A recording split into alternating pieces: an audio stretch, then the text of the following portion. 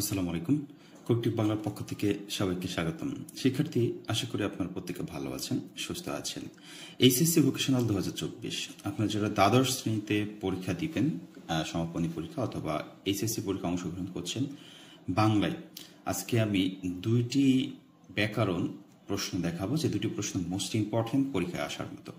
শিক্ষার্থীবৃন্দ, আপনারা যারা 2022 সাল এসএসসি পরীক্ষা দিয়েছিলেন, আমার চ্যানেলের সাথে যারা ছিলেন, 99% স্টুডেন্টই আমার সাথে থাকার কারণে আমার সাজেশন প্লাস ক্লাসগুলো করে অনেকেই এ প্লাস পেয়েছিলেন। তো আপনারা সেই 2022 সালের ব্যাচ এসএসসি, এবার 2024 সালে এইচএসসি পরীক্ষা অংশগ্রহণ করবেন। তো আপনাদের জন্য এবছরেও আমি স্পেশাল সাজেশনের ব্যবস্থা করেছি, আপনারা চাইলে নিতে পারেন। স্পেশাল সাজেশন দেওয়া শুরু করেছি দ্বাদশ শ্রেণীর ভোকেশনাল শাখার জন্য, এবং নিয়মিত যে ইউটিউবে যে ক্লাসগুলো দিচ্ছি সেগুলো দেখুন, ইনশাল্লাহ দুটো মিলে আপনি এ প্লাস পেয়ে যাবেন আশা করি। শিক্ষার্থীবৃন্দ, আজকে যেই দুটি প্রশ্ন দিচ্ছি সেটা হচ্ছে, একটু খেয়াল করবেন, নত্যবিধি বলতে কি বুঝো এবং নত্যবিধির নিয়মগুলো লেখো, একটি প্রশ্ন, এবং ব্যাকরণিক শব্দ শ্রেণীর প্রকারভেদ একটি রেখাচিত্র বা শাখাচিত্রের মাধ্যমে দেখাও। তো এই প্রশ্নটাই, এই যে নত্যবিধি এবং নত্যবিধির নিয়মগুলো, এই প্রশ্নটাই কিন্তু ইতিমধ্যে একবার আমি ব্যাখ্যা করেছি। এই প্রশ্নটা আপনারা ভালোভাবে আবারও প্র্যাকটিস করবেন। হ্যাঁ, আর এখন যেটা একটু দেখাচ্ছি সেটা একটু খেয়াল করবেন। করণিক শব্দ শ্রেণী বা ব্যাকরণিক শব্দ শ্রেণী 8 প্রকার, ব্যাকরণিক শব্দ শ্রেণীর প্রকারভেদ একটি শাখাচিত্রের মাধ্যমে প্রকাশ করা হলো। এভাবে লিখবেন।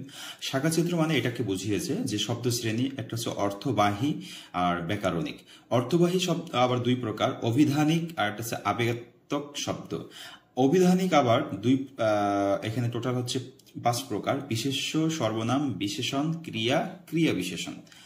আর আবেগাত্মক শব্দ এক প্রকারই। ব্যাকরণিক শব্দ আবার 2 প্রকার, যোজক আর অনুসর্গ।